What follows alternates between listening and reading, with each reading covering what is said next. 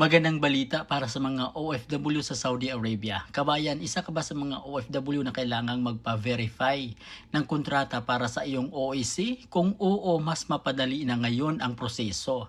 Simula noong Hunyo, ngayong taon, nagbukas na ang Department of Migrant Workers, katuwang ang VFS Global at DBP Data Center Incorporated ng tatlong bagong contract verification centers sa Riyadh, Dammam at Jeddah upang mailapit ang serbisyo sa ating mga kababayan sa Saudi. Saan matatagpuan ang mga bagong center?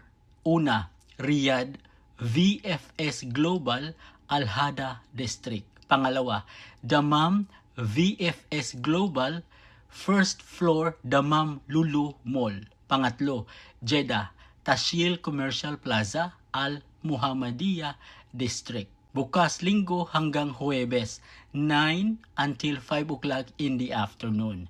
Mas mabilis na processing, extended operating hours, secure online payment, real-time application tracking, walk-in at online appointment options. At narito pa ang magandang balita, kapag naaprubahan ang iyong contract verification, direktang ipapadala ng Migrant Workers Office sa iyong email ang verified contract at Overseas Employment Certificate or OEC. Tatlong paraan para magpa-verify ng kontrata. Una, sa mga bagong VFS Global Centers. Pangalawa, 100% online sa Online Employment Contract Verification System. Pangatlo, diretso sa Migrant Workers Office. Kung ikaw ay OFW sa Saudi Arabia, malaking tulong ito upang mabawasan ang oras ng paghihintay at maging mas madali ang proseso ng iyong mga dokumento. Kaya kabayan, ishare mo ito kung meron kang kaibigan na kailangang magpa-verify ng kontrata. Maraming salamat,